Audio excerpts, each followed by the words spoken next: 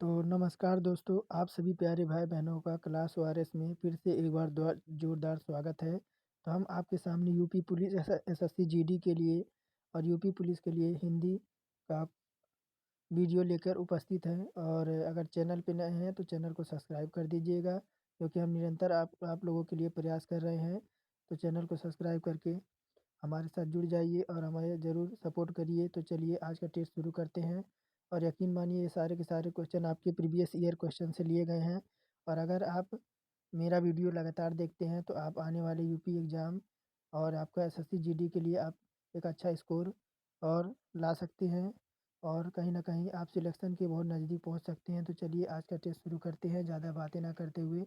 और हर वीडियो में मैं आपके लिए आपके 50 क्वेश्चन लेके आता हूँ। कितना? तो टॉप 50 क्वेश्चन हर वीडियो में मैं लेके आता हूँ, जो कि आपका कम समय में ज़्यादा से ज़्यादा आपका स्कोर अच्छा हो सके, आपका टाइम भी ना खराब हो। इसलिए हर वीडियो में मैं आपके लिए 50 क्वेश्चन लेके आता हूँ। लेकिन इस वीडियो में आपको 53 क्वेश्चन मिलेंगे, जो कि आपका आने वाले कोई भी एग्ज़ाम हो हिंदी से रिलेटेड, आप उसमें अच्छा स्कोर कर सकते हैं। तो चलिए आज का टेस्ट शुरू करते हैं। पहला क्वेश्चन क्या कह रहा है, देखिए कि यदि सभी राज्य सरकारों को कोई एक सरकारी पत्र भेजा गया हो तो उसे क्या कहते हैं? तो सभी राज्य सरकार को अगर कोई एक सरकारी पत्र भेजा गया हो तो उसे क्या कहते हैं? तो उसे परिपत्र कहते हैं। ऑप्शन नंबर बी हमारा करेक्ट हो जाएगा। अधिसूचना का प्रयोग किस क्षेत्र में नहीं किया जा सकता? अधिसूचना का प्रयोग किस क्षेत्र में नहीं किया जा सकता है? तो आपका कर्तव्य क्षेत्र में। कर्तव्य क्षेत्र में आपका अधिसूचना का प्रयोग नहीं किया जा सकता, जबकि आपका नियम, आदेश एवं अधिकार के लिए आपका अधिसूचना का प्रयोग आपका लाया जा सकता है। और देखिए तीसरे नंबर क्या कह रहा है कि उद्देश्य में कर्ता के साथ और क्या रहता है? तो उद्देश्य में कर्ता के साथ और क्या रहता है? तो उद्देश्य में कर्ता के साथ आपका कर्ता का विस्तार रहता है। क्या रहता है? तो उद्देश्य में कर्ता के साथ आपका क्या रहता है? तो कर्ता का विस्तार रहता है। जो शब्द वाक्यांशों, वाक्यों तथा शब्दों को जोड़ते हैं उन्हें हम क्या कहते हैं? जो शब्द वाक्यांशों, वाक्यों तथा शब्दों को जोड़ते हैं उन्हें हम क्या कहते हैं? तो क्या कहते हैं? तो हमें उन्हें समुच्चय बोधक कहते हैं। क्या कहते हैं? तो जो शब्द वाक्यांशों, वाक्यों तथा शब्दों को जोड़ते हैं उन्हें हम समुच्चय बोधक कहते हैं। जैसे आपका किंतु, परंतु, एवं, अन्यथा और आदि ऐसे जो शब्द होते हैं उन्हें हम समुच्चय बोधक कहते हैं। और 5 नंबर देखिए क्या कह रहा है, भाववाच्य आपको छाँटना है। आपको भाववाच्य में आपका कौन-सा हो जाएगा? तो देखिए दादाजी के द्वारा अनिल को डाँटा गया, इसमें आपका भाववाच्य नहीं है। तोते से उड़ा नहीं गया, इसमें ही हमारा भाववाच्य है। इसमें हमारा क्या है? तो इसमें ही हमारा भाववाच्य है कि तोते से आपका उड़ा नहीं गया, इसी में हमारा भाववाच्य है। और देखिए 6वां नंबर कि 2 प्राणियों तथा वस्तुओं के बीच तुलना की जाए तो क्रिया क्रिया किस रूप में दिखाई पड़ती है? जब 2 प्राणियों और वस्तु के बीच में तुलना की जाए तो क्रिया किस रूप में दिखाई पड़ती है? तो किसमें? तो उत्तरावस्था में। क्या? तो उत्तरावस्था में जब 2 या 2 से अधिक वस्तुएँ या व्यक्तियों की तुलना की जाए तो इसमें एक दूसरी वस्तु जो दूसरी सभी जो वस्तुएँ हैं या वस्तुएँ से न्यूनता या अधिकता आपकी बताई जाती है। मुझे बताओ तुम्हारा जन्म कब और कहाँ हुआ? वाक्य का भेद बताइए, आपका वाक्य कैसा है? तो आपका सरल वाक्य है, संयुक्त वाक्य है, आश्रित वाक्य है या मिश्र वाक्य है? तो ये आपका कैसा वाक्य हो जाएगा? तो जिस वाक्य में साधारण वाक्य के साथ एक अतिरिक्त उसी के अधीन अधीन कोई दूसरा उपवाक्य हो, उसे ही हम मिश्र वाक्य कहते हैं। तो जैसे मुझे बताओ तुम्हारा जन्म कब और कहाँ हुआ, ये हमारा कैसा वाक्य है? तो हमारा मिश्र वाक्य है। और आपको शुद्ध वाक्य छाँटना है। शुद्ध आपका वाक्य छाँटना है 8 नंबर में। तो देखिए, तो कई रेलवे के कर्मचारियों की गिरफ्तारी हुई, ये तो हमारा नहीं होगा। इस समय आपकी अवस्था 40 वर्ष की है, ये हमारा ऑप्शन नंबर बी हमारा करेक्ट हो जाएगा कि इस समय जो आपकी अवस्था है वो 40 वर्ष है। अन्य विकल्प जो हैं आपके अशुद्ध हैं।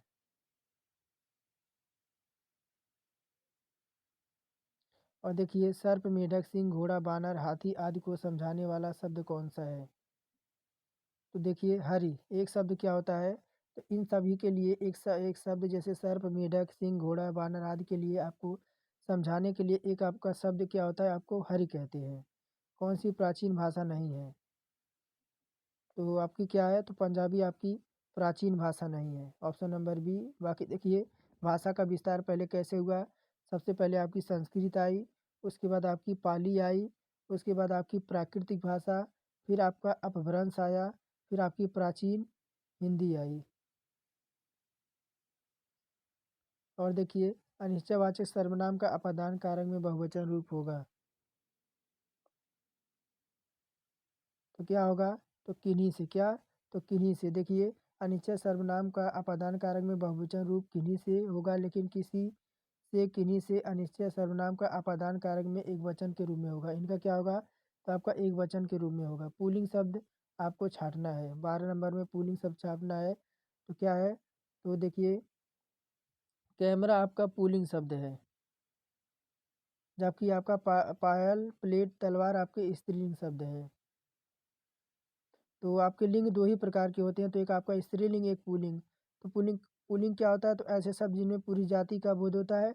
और स्त्रीलिंग क्या होता है, तो ऐसे शब्द जिनमें स्त्री जाति का आपका बोध होता है। पुरुष पुरुष लिंग में अगर बात करें तो जैसे आपका राम हो गया, छाता हो गया, काल हो गया। और स्त्रीलिंग में बात करें तो जैसे आपकी सीता हो गई, कैंची हो गई, काकी हो गई, आपके स्त्रीलिंग है।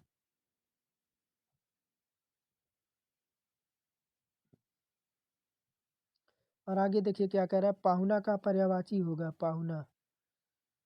पाहुना का पर्यायवाची क्या होगा, तो पाहुना का पर्यायवाची क्या होगा आपका आगंतुक। क्या, तो ऑप्शन नंबर आपका सी आगंतुक। आगंतुक का पाहुना का पर्यायवाची अब क्या होता है, आपका आगंतुक हो गया, अभ्यागत हो गया, मेहमान हो गया, अतिथि हो गए, ये तो आपके पाहुना के हो गए।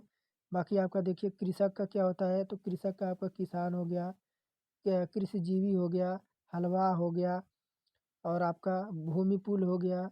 और देखिए जम्बुक का क्या होता है, तो जम्बुक का अर्थ आपका होता है गीदड़ हो गया, श्रृंगाल हो गया, सियार हो गया, ये आपके जम्बुक के होते हैं। और आदित्य क्या होते हैं, तो आदित्य का अर्थ होता है आपका भास्कर, दिनेश, दिनकर, भानु, ये सब आपके पर्यायवाची शब्द थे। इनमें से किसमें निर उपसर्ग नहीं है, किसमें नहीं है, तो आपका निशेष में। निशेष में आपका नि उपसर्ग नहीं है, अन्य सभी शब्दों में आपका जैसे निर्बल, निर्वाह में आपका निर उपसर्ग लगा है। और देखिए 15 नंबर क्या कह रहा है, शुद्ध वाक्य आपको छांटना है। तो मुझसे यह काम संभव नहीं हो सकता, ये तो हमारा नहीं होगा। वह बिल्कुल बात करना नहीं चाहती थी, वह बिल्कुल बात करना नहीं चाहती थी, ये हमारा शुद्ध हो जाएगा। समीप छोटा गौण, और गौण के अर्थ में कौन सा उपसर्ग आता है, तो कौन सा उपसर्ग आता है, तो आपका आपका उप उपसर्ग आता है।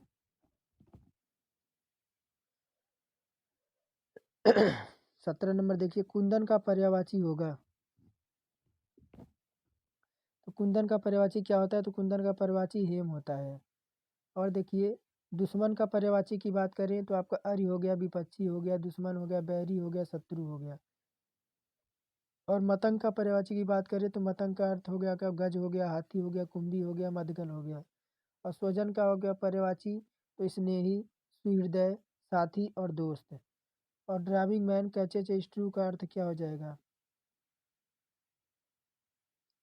तो क्या, तो डूबते को तिनके का सहारा, ऑप्शन नंबर सी हमारा करेक्ट हो जाएगा। और देखिए 19 नंबर क्या कह रहा है, कौन सा शब्द अधिकरण तत्पुरुष समास का नहीं है, तो कौन सा नहीं है, तो धर्म भ्रष्ट। कौन सा, तो धर्म भ्रष्ट आपका अपादान तत्पुरुष समास होगा। क्या, तो आपका अपादान तत्पुरुष समास होगा।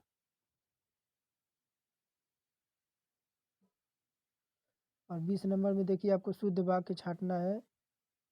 शुद्ध वाक्य आपका कौन सा हो जाएगा, तो तुम इसका दाम देने जाओ, ये भी नहीं होगा। उसका संतान अच्छा है, ये भी नहीं होगा। और क्या हो जाएगा, मुझे आपका काम बहुत पसंद है, ये हमारा शुद्ध वाक्य हो जाएगा।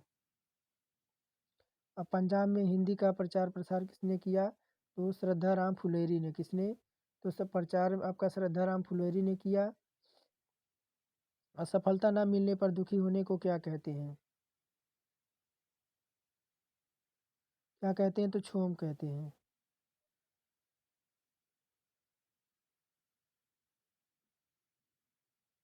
और देखिए धूसर का पर्यायवाची होगा, धूसर।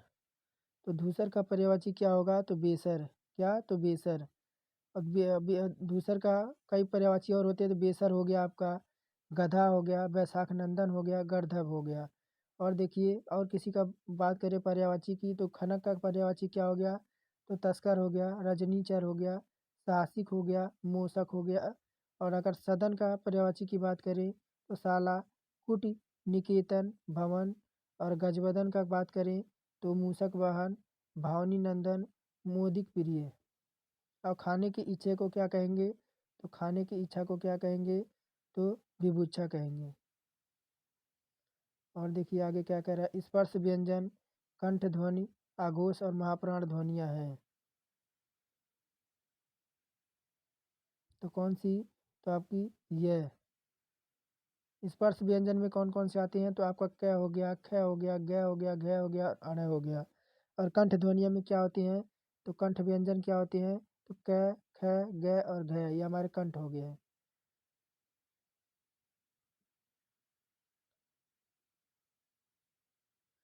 और देखिए 27 में, जब एक ही ध्वनि का द्वित्व हो जाए तो अब यह क्या कहलाती है,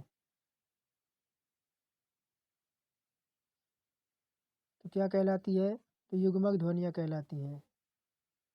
28 नंबर, ई और बड़ा या मिलकर आपको या बन गया, तो किस संधि में इस प्रकार का परिवर्तन होता है, तो किसमें, तो आपका यण संधि में।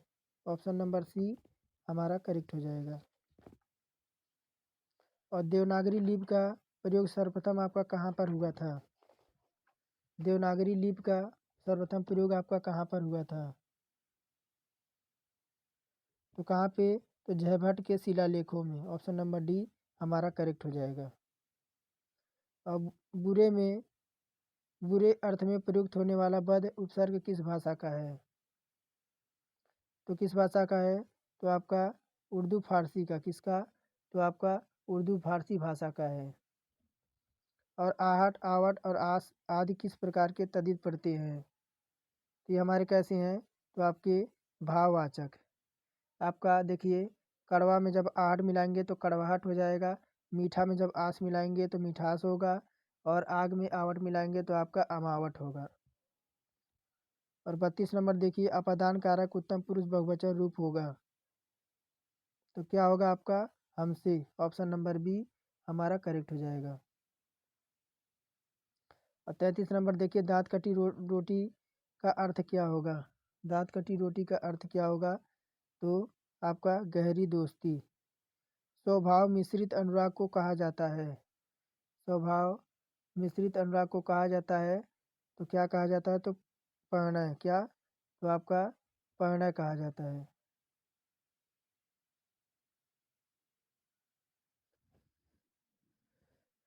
और सोना का पर्यायवाची होगा, तो क्या होगा, तो आपका जात रूप, क्या, तो सोना का जो आपका पर्यायवाची होगा वो आपका जात रूप होगा। Option number D.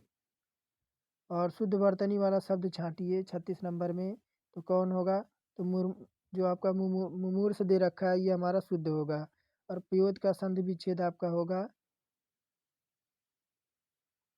तो कौन सा, तो प और धी लग जाए, प में आपका विसर्ग लग जाएगा।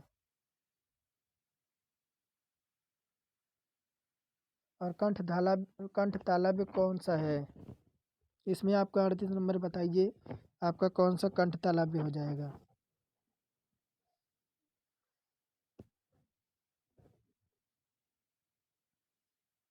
तो कौन सा, तो ऑप्शन नंबर सी हमारा कंठ तालव्य हो जाएगा। ए और ए जो हमारे कंठ तालव्य हो जाएंगे, छोटा और बड़ा ऊ क्या हो जाएगा, तो ये हमारे ओष्ठ हो जाएंगे। और र और स क्या हो जाएंगे, तो मूर्धा हो जाएंगे। ए और बड़ा आ क्या हो जाएगा, तो आपका कंठ हो जाएगा। कौन सी बोली बिहारी की नहीं है, तो कौन सी, तो जयपुरी। जयपुरी की जो है वो आपकी बिहारी जी की नहीं बोली है, ये जयपुरी जो है आपकी राजस्थानी उपभाषा की बोली है। और 40 नंबर देखिए, अन्य पुरुष एक वचन सर्वनाम का संप्रदान कारक के रूप में होगा, तो क्या, तो उन्हें। ऑप्शन नंबर डी हमारा करेक्ट हो जाएगा। अर्चना अत्यंत सुंदर है, रेखांकित शब्दों का भेद बताइए,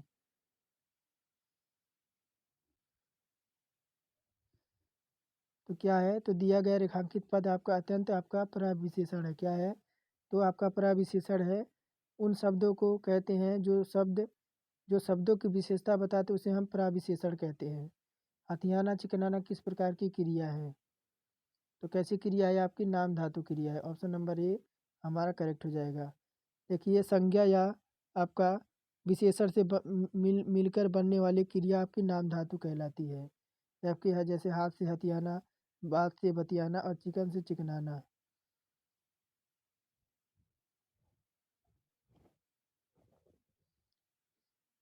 और 43 नंबर देखिए क्या रहा है, कौन सा वाक्य आसन्न भूतकाल में है? तो कौन सा है आपका आसन्न भूतकाल में?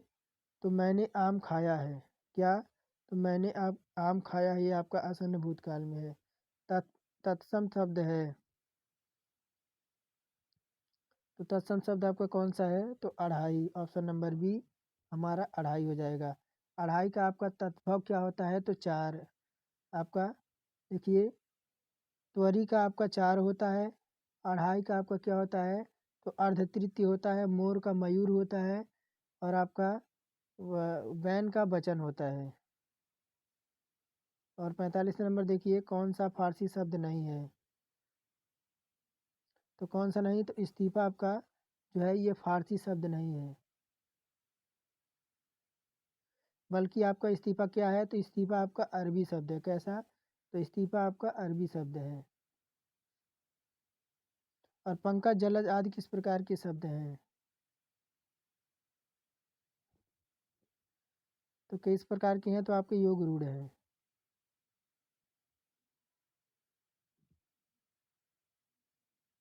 और देखिए समास के पदों को अलग करने को क्या कहा जाता है? समास के पदों को अलग करने को क्या कहा जाता है? तो क्या कहा जाता है? तो विग्रह। ऑप्शन नंबर सी हमारा करेक्ट हो जाएगा। आपके समास के पदों को अलग करने को विग्रह कहते हैं। और वर्णों के मेल को संधि कहते हैं। और वर्णों के अलगाव को विच्छेद कहते हैं। और शब्दों के अतिरिक्त अंग को विभक्ति कहते हैं। और विभक्ति चिन्हों को प्रसर्ग कहते हैं। कौन सा पद आपका विकृत नहीं होता? तो कौन सा? तो आपका अव्यय। और देखिए 49 नंबर में शुद्ध आपको वाक्य छाटना है। तो हम तो अवश्य ही जाएंगे, ये भी नहीं होगा। और यह कहना आपकी भूल है, ये भी नहीं होगा। मुझसे यह काम संभव नहीं हो सकता, ये भी नहीं होगा। शास्त्री जी की मृत्यु से हमें बड़ा दुख हुआ, ये हमारा शुद्ध वाक्य हो जाएगा। और देखिए माँ का लड़का कहाँ गया, उद्देश्य का विस्तार भेद लिखिए। माँ का लड़का कहाँ गया, उद्देश्य का विस्तार आपको लिखना है। तो कैसा हो जाएगा? तो ये हमारा संबंध कारक हो जाएगा। कैसा? तो दिए गए विकल्प में माँ का लड़का कहाँ गया, वाक्य का उद्देश्य जो हो जाएगा वह विस्तार आपका संबंध कारक हो जाएगा। बाप का संबंधवाचक संज्ञा रूप होगा। तो क्या होगा आपका? तो बाप का बपौती। और देखिए अर्थ के आधार पर संबंधवाचक अवयव को कितने भागों में विभक्त किया जाता है? तो कितने भागों में? तो आपके 13 भागों में। कौन सा 13 भाग हैं वो आपके? तो कालवाचक, स्थानवाचक, दिशावाचक, साधनवाचक, हेतुवाचक, विषयवाचक, व्यति व्यतिरेकावाचक, विनिमयवाचक और सादृश्यवाचक, विरोधवाचक, साहचर्यवाचक, संग्रहवाचक और तुलनावाचक। ये हमारे 13 आपके वाचक के रूप में इसे विभक्त किया जाता है। कौन सा संयुक्त क्रिया का भेद नहीं है? 53 नंबर। कौन सा संयुक्त क्रिया का भेद नहीं है? तो ऑप्शन नंबर डी आपका हो जाएगा। तो नाम बोधक, और ये नाम बोधक जो हमारा हो जाएगा यही हमारा संयुक्त क्रिया का भेद नहीं होगा। तो ये हमारे 53 क्वेश्चन थे। और आपको कमेंट में बताना कि आपने कितना क्वेश्चन अटेम्प्ट किया। तो चलिए फिर मिलेंगे एक धुआंधार प्रैक्टिस के साथ। और अगर चैनल पर नए हैं तो कृपया करके चैनल को जरूर सब्सक्राइब करें और हमें सपोर्ट करने के लिए। तो चलिए फिर मिलते हैं।